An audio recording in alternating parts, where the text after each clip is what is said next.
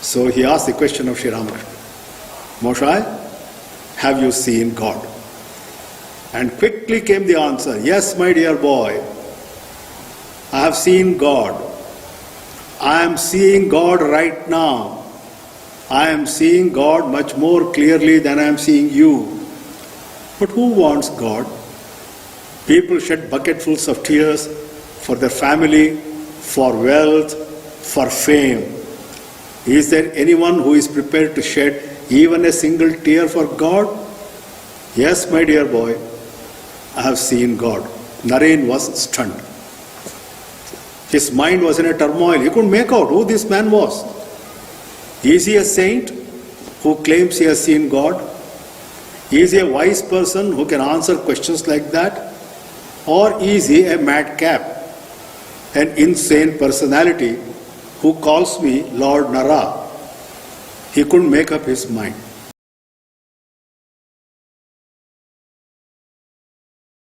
Om Namah Shri Yatirajaya. Om Namah Shri Yatirajaya.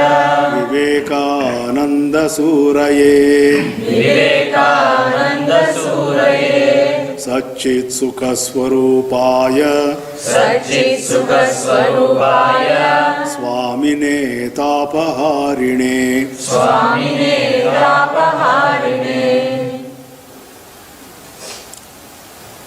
Towards the end of November 1881 or the beginning of December 1881, it is not very clearly known, Naren came to Dakshineswar for the first time with his companions.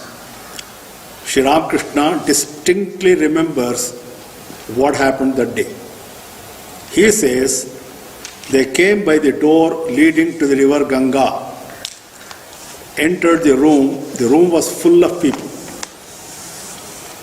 His friends who already were aware of Sri Ramakrishna, who were well known to Ramakrishna, came and sat close to Ramakrishna. Naren felt a little shy.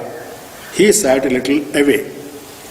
Thakur looked at him, smiled at him, didn't talk anything to him, didn't say anything to him. I hope all of you remember the purpose for which Naren came to meet Sri Ramakrishna. Yes, To ask him, should I get married or not? He went on observing what was happening.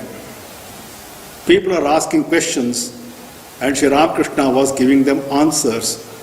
He was amazed at the wisdom in the answers of Sri Ramakrishna. The answers came straight from the heart and not from the head. Sri Ramakrishna talked as if he has already experienced all these things. After 10 or 15 minutes, Sri Ramakrishna beckoned to Naren with a finger. Get up. Naren got up. Thakur also got up, came to him, caught hold of his hand, brought him outside onto the porch. This porch. He brought him outside there and then told Naren, why did you make me wait so long, my dear boy? I have been waiting for you for such a long time. Naren was surprised. It is just a couple of weeks ago that I met him in Surendranath Mitra's house. Then why should Thakur say I have made him wait for such a long time? But Naren was not aware of the esoteric, deep psychic answer or the question.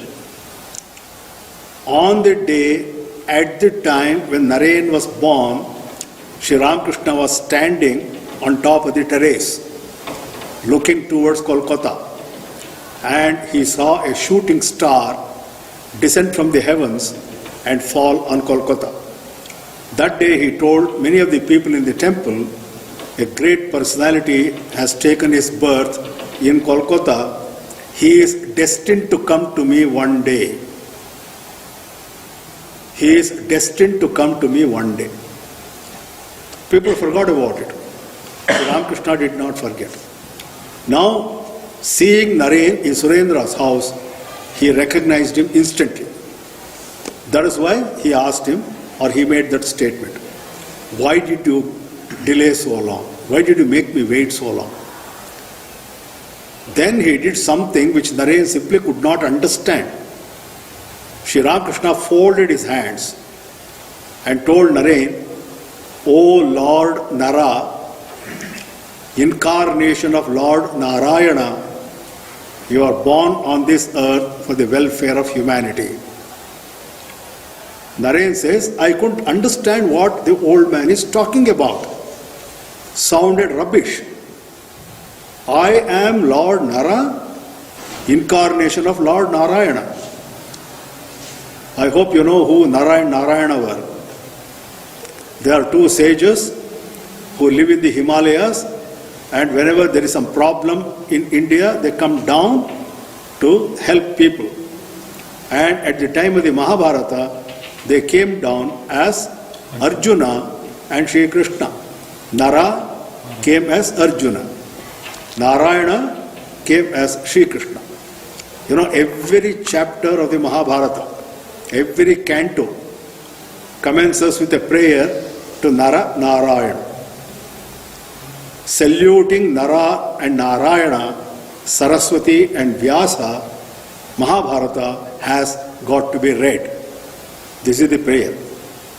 Narayanam namaskritya naram chaiva narottamam devim saraswatim vyasam tato jayam udirayet. Jaya is the ancient name for Mahabharata. Narendra knew about it. So he thought this must be the statement of a mad person. He said, what is this?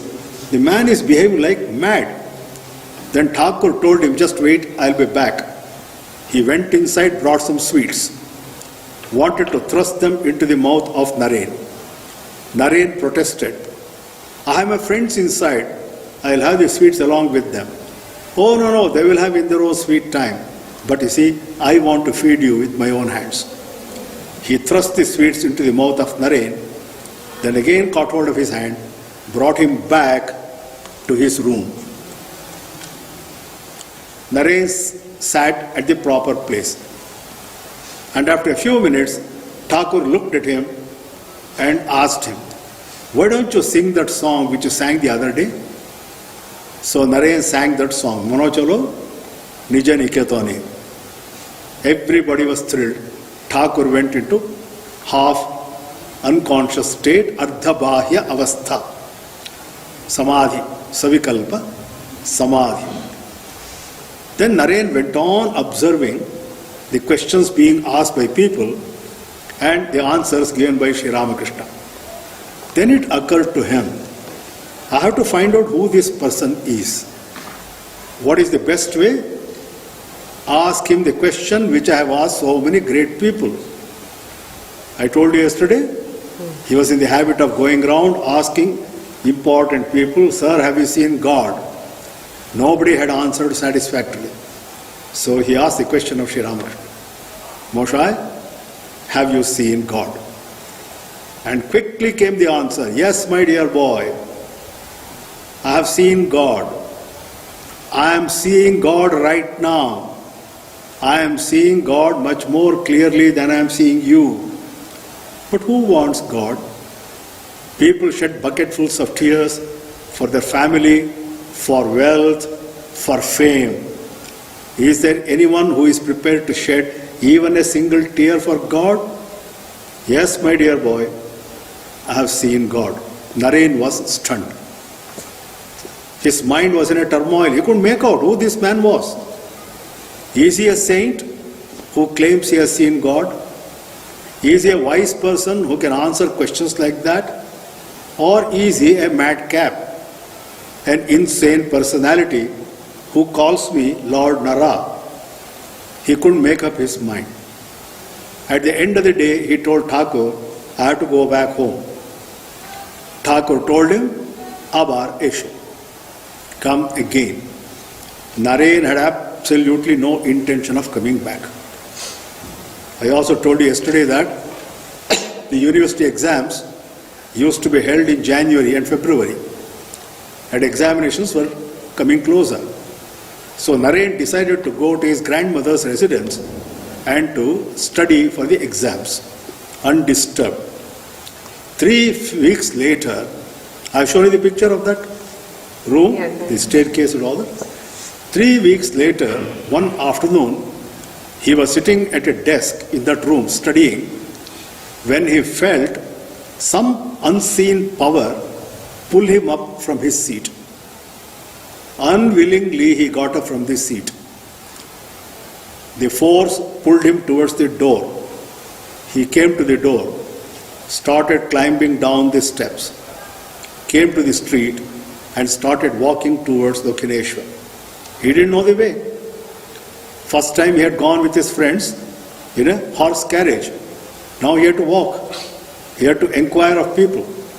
So by the time he came to Dakshineswar, it was already 5 or 5:30 in the evening. He came straight to Thakur's room. There was nobody in Thakur's room. He was sitting all alone. Naren again entered by the door.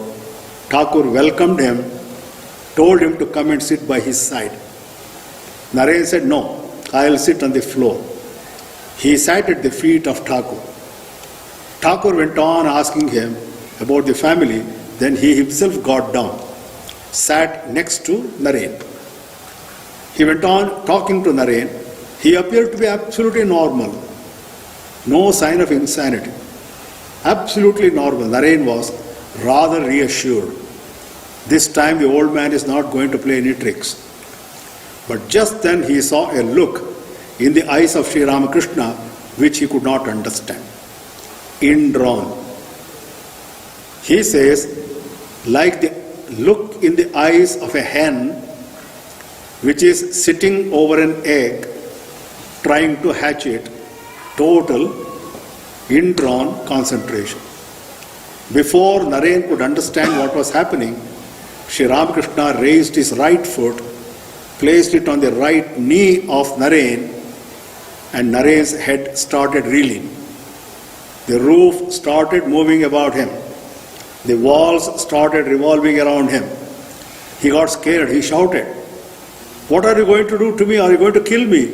I have my parents at home, brothers and sisters at home. Please don't kill me. Please don't kill me." Sri Ramakrishna touched him on the chest and said, "All in good time. All in good time." Slowly Naren came back to normal. Now what should Naren think of Sri Ramakrishna? A mesmerizer? A hypnotist? People by then started coming in. They started asking questions. Sri Ramakrishna started replying. Very wise answers from the mouth of a sage. At the end of that second visit, Naren was even more confused. What is Sri Ramakrishna then? He went back home. His mind was in a turmoil. He couldn't get sleep in the night properly.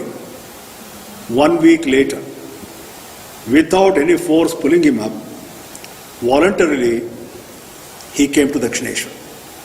This time he wanted to talk to Sri Ramakrishna and get it clarified once and for all who Sri Ramakrishna is. How could he ask a person like this a question about his future and the marriage and all that? So the question could not be asked. When he came that day, the third meeting, the scene of the first meeting repeated itself. Lots of people. Naren sat near the door, and after some time, Thakur beckoned to him, asked him to get up. Came to him, caught hold of his hand, and took him out, not by that door, but by the door opposite, which leads to the external corridor. This corridor. So the two of them came out into the corridor, climbed down the steps, and started walking towards the north. And then they passed through large number of plantations and trees until they came to this building. The house of a very rich Kolkata merchant, Jodhu Malik. Jodhu Malik was a devotee of Sri Ramakrishna. His wife and mother were equal devotees. But the ladies, in those days, ladies rarely used to walk about in the public because of modesty and they belonged to a rich family. The ladies found it difficult to come from Kolkata to Dakshineswar. So for their benefit, he built a big house. He also used to stay there occasionally. There were lots of servants. He gave them instruction, whether we are living here or not, if Thakur comes to our house, keep the doors open. Give him whatever he wants, anything to drink, anything to eat. Treat him as a member of the family. So Naren and Thakur came to the porch of this house. The servants greeted them, took them into the parlor. There was a long bench in the parlor. Thakur sat on the bench and told Naren, come and sit.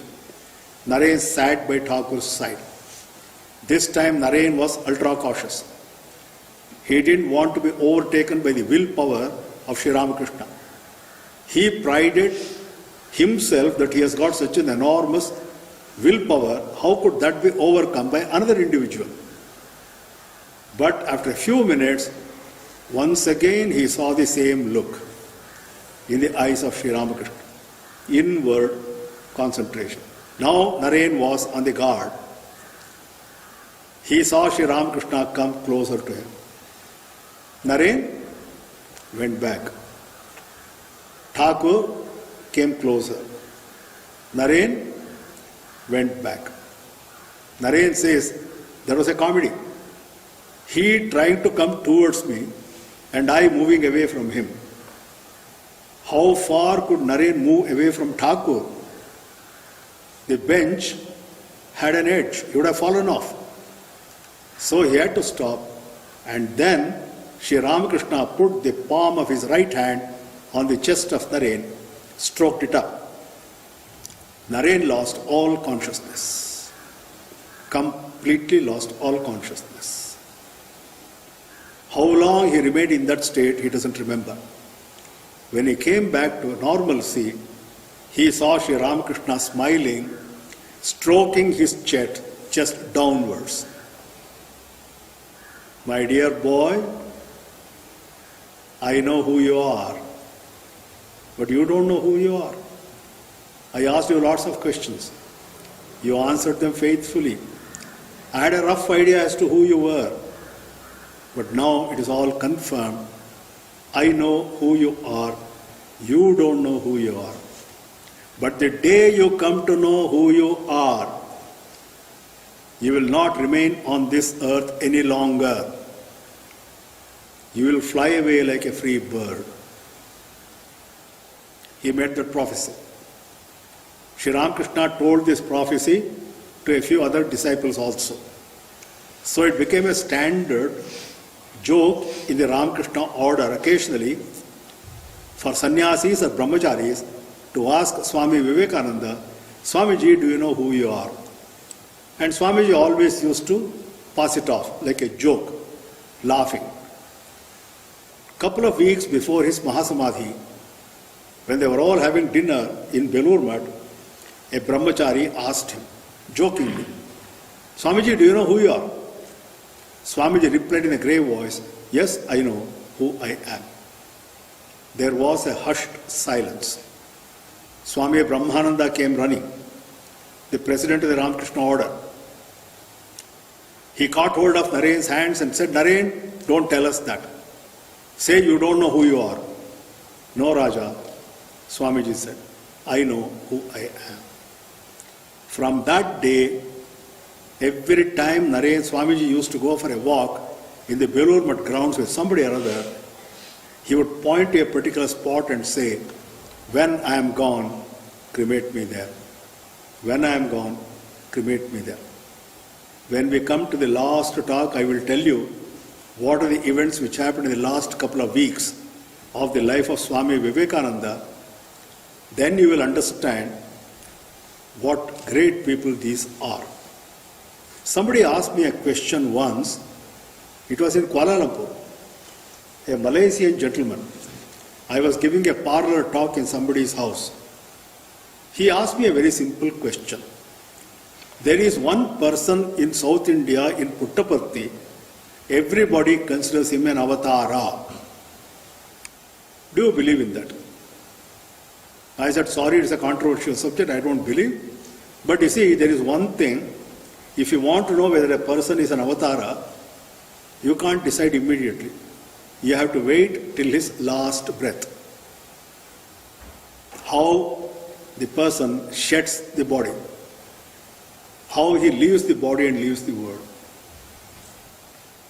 If he leaves the body as if it is a worn out cloth, throwing it away, then he is a great sage. But if he goes on clinging to the body, then he certainly cannot be considered to be a sage. You are going to see how exactly Sri Ramakrishna left his body. Swamiji also left the body in the same way. Sharda Devi also did the same thing. This was the experience of Naren on that day. That experience made him the lifelong servant of Sri Ramakrishna. He used to say many times, I am the servant of Sri Ramakrishna.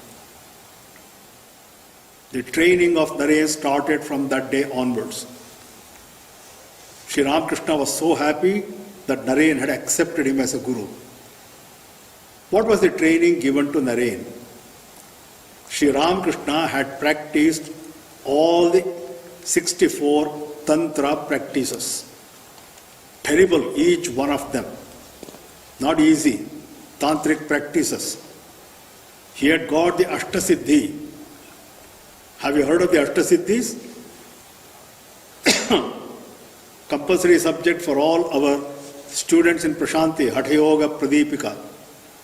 Anima, Mahima, Laghima, Garima, Prapti, Prakamya, Ishitva, Vashitva. Anima, becoming smaller than an atom. Mahima, becoming as large as the universe. Laghima, becoming extremely light like cotton. Garima, extremely heavy, heavier than lead.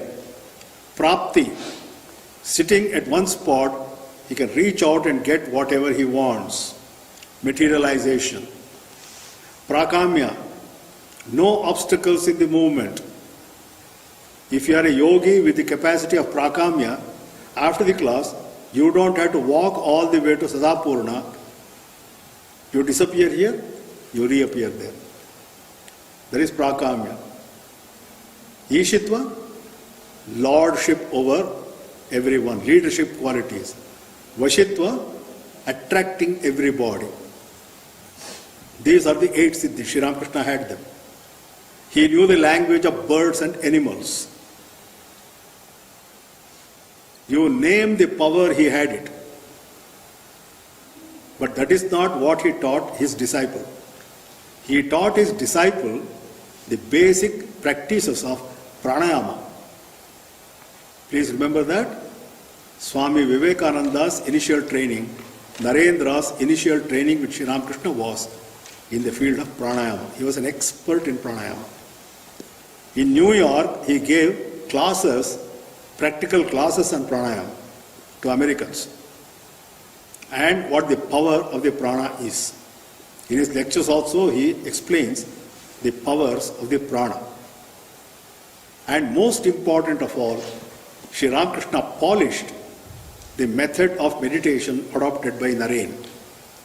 I told you, Naren, right from birth, was a very great meditator. So what was there to teach him?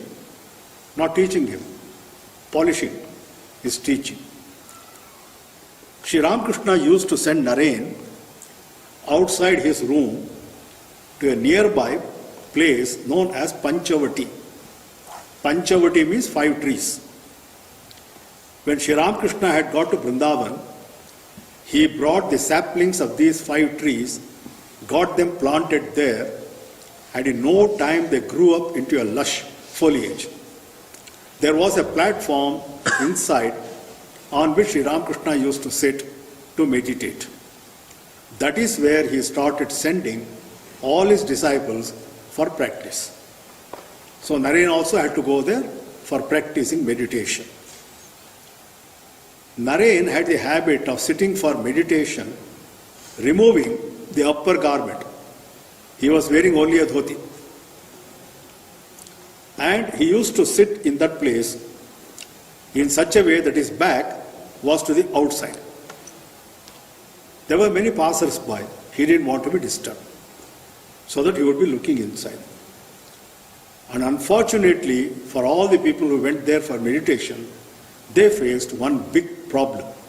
Even today, Dakshineswar is infested by mosquitoes. Plenty of mosquitoes.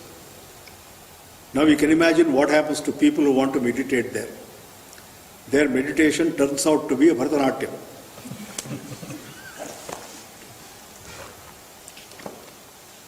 Okay? One afternoon, Thakur had sent Naren to Panchavati for meditation. After half an hour, Thakur remembered something.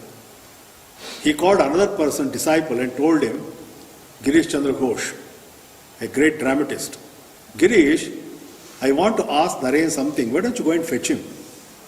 Girish came there. From a distance, he saw Naren sitting there with the back to the outside. Naren's body was golden in color, very fair in color. So what should the back look like? Fair in color, golden. But the back looked black. Girish was surprised. He thought it is a play of light and shade. You know, light and shade can create lots of disturbances. Things which are dark can appear bright, things which are bright can appear dark. But when he went close, he saw that the back of Naren was black, jet black, a carpet covered with lots of mosquitoes. How many mosquitoes are enough to keep you awake in the night? Huh? One mosquito. And here, whole back was covered and Naren was lost to the world. Girish woke him up, brought him back to Sri Ramakrishna, told Thakur what he had seen. Thakur said, I told you already that he is a person born with the capacity for meditation. Dhyana Siddha. This is the way the training started. It does not necessarily mean that Naren accepted everything Sri Ramakrishna used to say. He would ask questions. He would dispute them. He was a scientist at heart. He wanted proof. He wanted demonstration. He would always raise objections. And Sri Ramakrishna loved it. He said, unless you ask questions and get answers, that will never enter your head. Right? So learn the art and technique of asking questions. If you want to ask any question, then what is required? First thing is you should be able to listen carefully. Second, you should be able to think about it. Only then it will occur to you to ask questions. Right? We Indians are very deficient in that. Not only that, we are very shy. We wait for somebody else to ask a question and then we can go on adding to that. Isn't that a fact? If I give a talk and say any questions, everybody looks at everybody else. Until somebody becomes bold and asks a question. Then everybody becomes bold and starts asking a question. Naren was not like that. Thakur need not ask him any questions. He would straight away shoot off the questions. Once or twice he told Thakur to his face, you are wrong. What you are saying is not all right. I'll give you one instance. Thakur was one day explaining to all the young people the concept of Advaita, non-dual philosophy, according to which the whole universe is Brahman. There is nothing else in the universe. Naren started laughing. What? The whole universe is Brahman? Nonsense. You mean to say this water pot is Brahman? This cot is Brahman? The walls are Brahman? The roof is Brahman? I am Brahman? No, nonsense. Thakur was not a 20th century or 21st century teacher to get angry with such behavior. Thakur simply went on smiling. Why? One day you will accept it, my dear boy. Now you can raise any objection you want. And then Naren got out of the room, came to the corridor. There was one character, Pratap Chand Hazra, who had come from a village nearby Sri Ramakrishna's village, absolutely good for nothing fellow, but dressing himself as a great sage and telling everybody, why do you go and meet Ramakrishna? What does he know? He is an idiot. Come to me, I will tell you. And he and Naren were very great friends. So Naren came to him, not in the class, you can do it outside. So Naren came to him and Hajra asked him, hey Naren, what is the matter? You seem to be upset. Yes, Pratapji, look at Ramakrishna. He says everything is Brahman. Pratap Chandra Hazra told him, Naren, I told you not to go to that idiot. He doesn't know anything. Sit down, I will explain to you everything. Then you will understand everything. So they were talking when Sri Ramakrishna came out of the room. Looked at them smilingly and asked, I see, some great discussion is going on. What is it about? Naren told Thakur, you won't understand. Because you don't know how to read and write. You won't understand. Oh, I see. I will not understand. Then Pratap Chand Hajra told Sri Ramakrishna, you told him everything is Brahman. Now we are discussing why it is nonsense. Sri Ramakrishna said, very good, carry on. He came to Naren, touched him on the chest once and went away. Naren didn't feel anything. No reeling of the head, nothing. But that evening, when he decided to go back home, something funny happened to him. Everything in front of him appeared hazy, as if there is a big fog. He came to the street to walk home, everything was foggy. He was about to be run over by a horse carriage and somebody pulled him away. Somehow he reached home. He went and sat for dinner. The food was served on the plate. The plate appeared hazy. The food appeared hazy. The hand holding the food appeared hazy. He tried to put it in the mouth. The hand went in all kinds of directions. He couldn't eat it all. This stage lasted for 3 days and 3 nights. The mother got scared. Something has happened to the boy, but otherwise he appeared to be healthy. On the 4th morning, things came back slowly to normal. Immediately he rushed to the Dakshineswar, fell at the feet of Thakur and said, Thakur, you are right. You are right. You gave me that experience. Now I accept that the whole universe is nothing but Brahman. This is the way Sri Ramakrishna taught him, by practical examples rather than by textbook theory. What is this stroking the chest and then touching the chest? What is it all about? Anybody here from Maharashtra? You are from Maharashtra? Okay. Have you heard of Varkari Sampradaya? What is Varkari Sampradaya? Who started it? Matsyendranath. And incidentally, Matsyendranath is the founder of Hatha Yoga also. And one of the greatest exponents of Varkari Sampradaya has been Sant Jnyaner. You must have heard of Jnyaner, otherwise you are not a Maharashtrian. It is like a Kannadiga not having heard of Purandaradasa. Jnyaner, who has written that famous commentary on the Gita, Jnyaneshwari. In the Jnyaneshwari, in the 6th chapter, there is a description of this.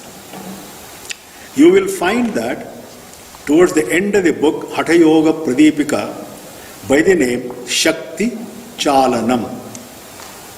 How the Guru, by a mere touch or by a mere look, is in a position to arouse the Kundalini of the disciple.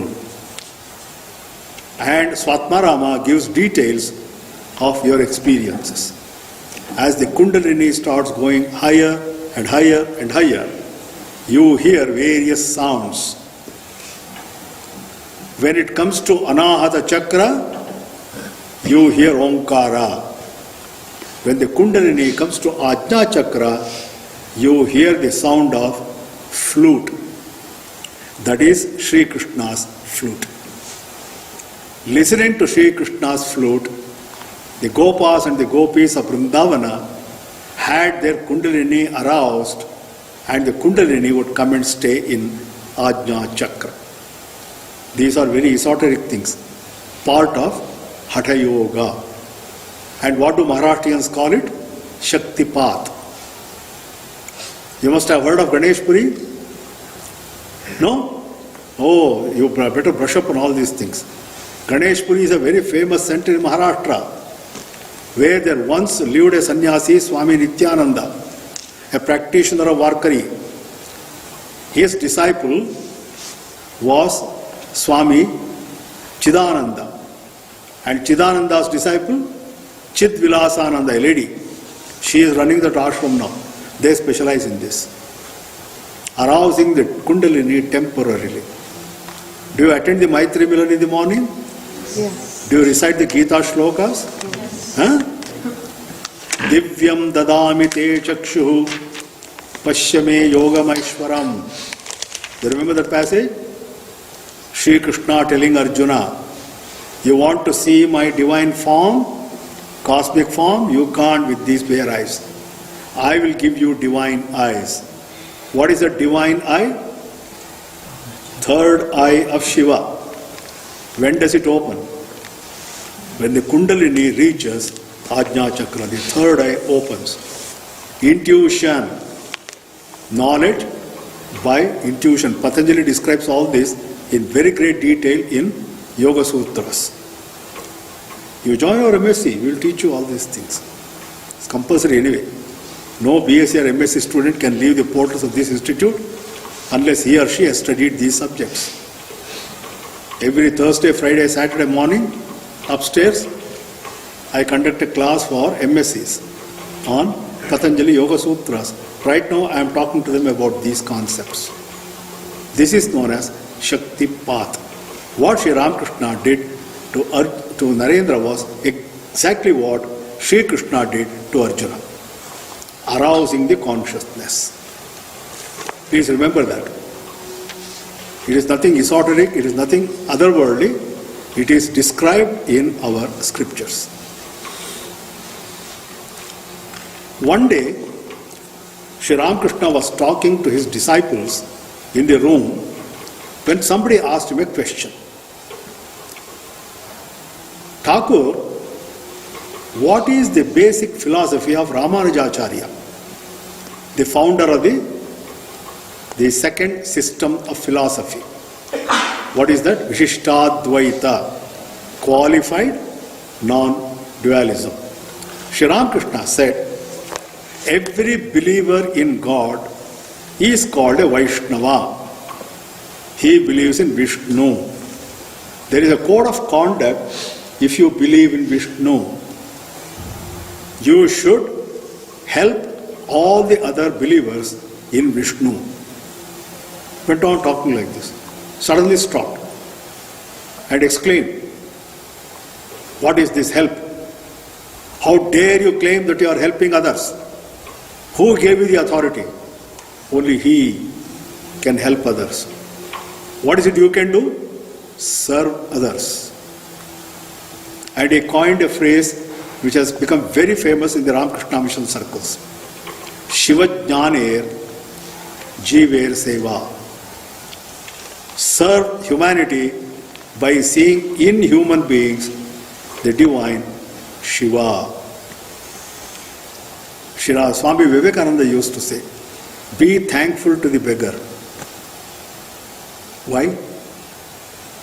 Because he is there, you serve him and earn a good name, earn good deed, punya. Isn't it? So be thankful to him. that he was there. Shiva Jnyaner, Jiver, Seva. Everybody listened to that. At the end of the day, people came out. Naren stopped a few of his friends and told them, today our Guru has given us a great message. One day I am going to broadcast this message all over the world. You read his lectures on Karma Yoga, you will find this concept being explained there. What is the duty of a human being? To serve others. Help others means, I am above you, you are below me, I help you. Serve others means, you are above, I am below, so it brings in a sense of humility. One day, Thakur was talking to Naren and he made a comment. Naren, there are a large number of poor people in this world who are poor in spite of themselves. One should have a little bit of compassion for them. Naren protested. Please remember this statement. You are going to hear it again later. Naren protested. If people are poor, it is because they are lazy. Why should anybody be poor if he is active and if he is in a position to earn money? Because people are lazy, they are poor. Thakur said, no, Naren. People can become poor in spite of themselves. One should always have a little bit of sympathy. Naren did not agree. Why? Naren was born with the proverbial silver spoon in his mouth. He had never seen difficulty. He had never seen poverty. He had no compassion. So Sri Ramakrishna straight away made a beeline to the temple. Ma, please open the eyes of Naren. Show him that he must have sympathy for poor people. Not only sympathy, there is a more powerful word. I don't know whether you are aware of that. Empathy. What is the difference between sympathy and empathy? Sympathy is looking down and empathy Sympathy is looking down. saying, poor thing, poor thing. What is empathy? Feeling of concern. Imagining yourself in that situation and how you would behave. Right? If you imagine yourself to be in that situation, then you will have a better appreciation of the suffering. Then it is possible for you to assist them. You must have heard that in Christianity, quite a good number of people down the ages have developed wounds in the palms. Have you heard of that? Stigmata. How does it happen? They have undergone mentally the same kind of experience as Jesus the Christ had. If you see a movie where you find a nail being driven into the palm of Jesus, can you feel the pain? You don't feel the pain. There are some people very sensitive, they feel the pain, and after some time, blood starts oozing out from that place. Control of the body by the mind. That is empathy. Empathy is more difficult to have than sympathy. But sympathy is good enough for us. If you have empathy, well and good. Who are the people who require empathy in their profession? Doctors. Medical doctors. Not all doctors. I am also a doctor. But I am a doctor of philosophy. It doesn't apply to me. Doctor of medicine who treat patients, they must have empathy. If they don't have empathy, there will be no sympathy for them. That is what Sri Ramakrishna wanted Naren to develop. So he requested the Divine Mother, please open his eyes. One day, the Divine Mother opened the eyes of Naren to misery, to poverty, and to suffering. How did she do that? She did it very drastically. not in a simple manner, very drastically, which changed the life of Naren completely. Another turning point in the life of Naren. Naren spent his entire life in critical points like this, learning lessons. It is that lesson which made him write in a letter later to one of his American disciples, "May I be born again and again to serve my God the poor, my God the destitute." Somebody else said the same thing. Some other great personalities said the same thing. Who was that? Buddha. I don't mind being born again and again so long as there is a single human being who has not attained nirvana. Buddha. Buddha said it. Buddha was an incarnation of compassion. And that is what Swami Vivekananda later became. How did he become that? This experience. We will see tomorrow. It is too sacred a topic for me to rush through. I will explain to you fair detail tomorrow what was that incident which happened in the life of Naren, which made him go through a miserable period of his life, but which made Sri Ramakrishna extremely happy. Because now Naren's personality was a rounded personality. Okay? So we close with the prayer.